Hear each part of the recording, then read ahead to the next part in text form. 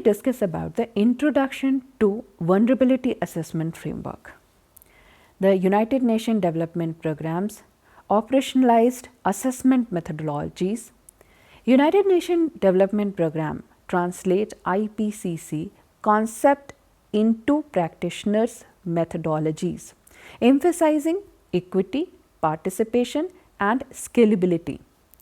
Community-based resilience analysis, which is based on the field tested across 40 plus countries since 2012, follows 4 iterative phases. The first one is sensitization workshops, establishing trust through shared hazard calendar. The second is household survey. In this, the number is 30 minus 50 divided by settlement. The total settlement is scoring asset pentagons. It is based on the human social, physical, financial, natural capital, disaggregated by gender, divided by wealth quantiles. The third is institutional capacity, audits evaluating service delivery across 12 functions. Early warning, shelter management, these are major focus of this. Fourth is community validation, workshops prioritizing 5 to 7 adaptation options via voting matrix. The COBRA generates tripartite outputs, participatory risk atlas, which is based on the hand-drawn and further it is digitized. Then household vulnerability profile, institutional capacity heat maps, these are designed by traffic light scoring. Scalability spans 50 households, village to 10,000 population districts, producing Green Climate Fund ready proposal with 85% community ownership rates versus 42% for top-down assessment.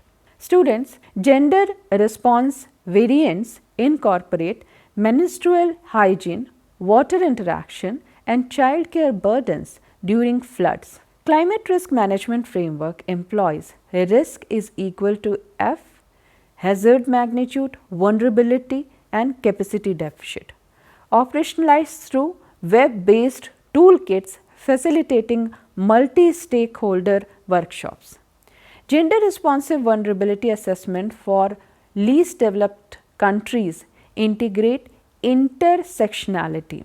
How is it calculated? Gender multiplied by ethnicity multiplied by disability, revealing women-headed households, Exhibit 2.3 multiplied by vulnerability multipliers in flood-prone districts. So, this was the description about the methodology. Now, let me explain to you the comparative framework architect analysis.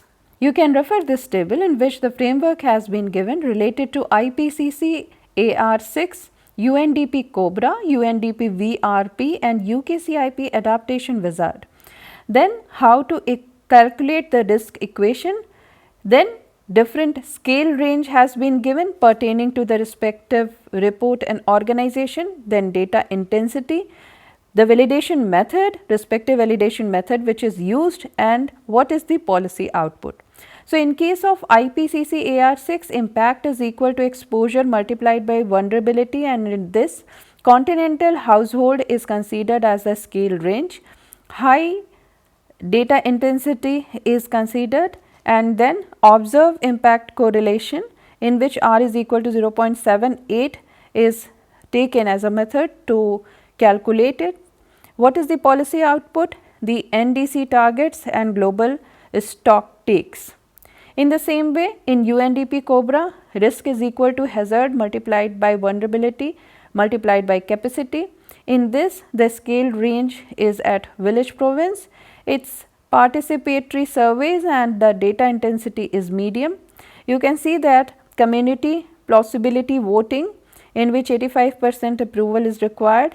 This is the validation method for data, and then the policy output is GCF proposals, local action plans. Again UNDP VRP, the vulnerability is considered as vulnerability is equal to exposure into sensitivity divided by capacity. Scale range is at district level which even goes to national. So, it is from district to national. The data intensity is low to medium. Expert elicitation Delphi rounds used as a validation method, and the policy output is in NAP investment roadmaps. The last framework is related to UK CIP adaptation wizard, in which current vulnerability takes you to future vulnerability and what are the options. It is at organizational level or at sector level, and the self assessment method in case of data intensity, it is related to what kind of variable can be taken here, and then iterative learning cycles are considered as the validation method, and the policy output is corporate adaptation strategies.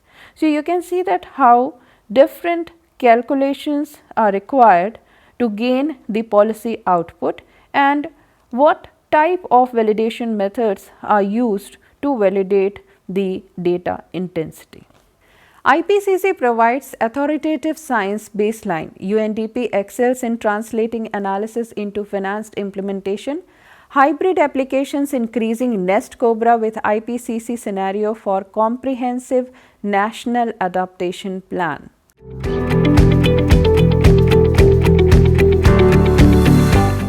Now, let me explain to you the sectoral framework application which is related to the agriculture system.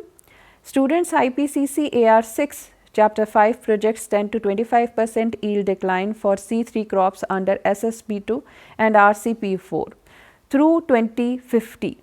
Vulnerability matrix integrate crop suitability indices, irrigation adequacy ratio, market integration score.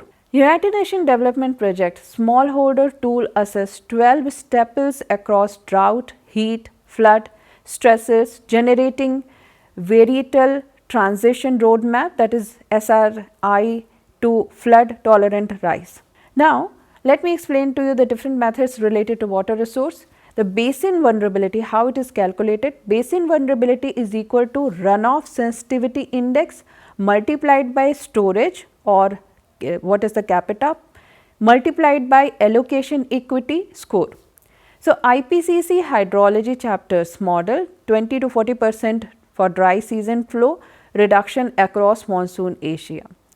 UNDP shared waters assessment facilitate riparian cooperation through joint vulnerability profiles, intensifying transboundary flashpoint basin. So, let me describe about public health. Epidemiology vulnerability integration combines heat mortality functions, vector niche model, that is known as MaxEnt, and health system readiness indices. AR6 projects 250,000 additional annual deaths in the year 2030 to 2040 from diarrheal, heat, malaria.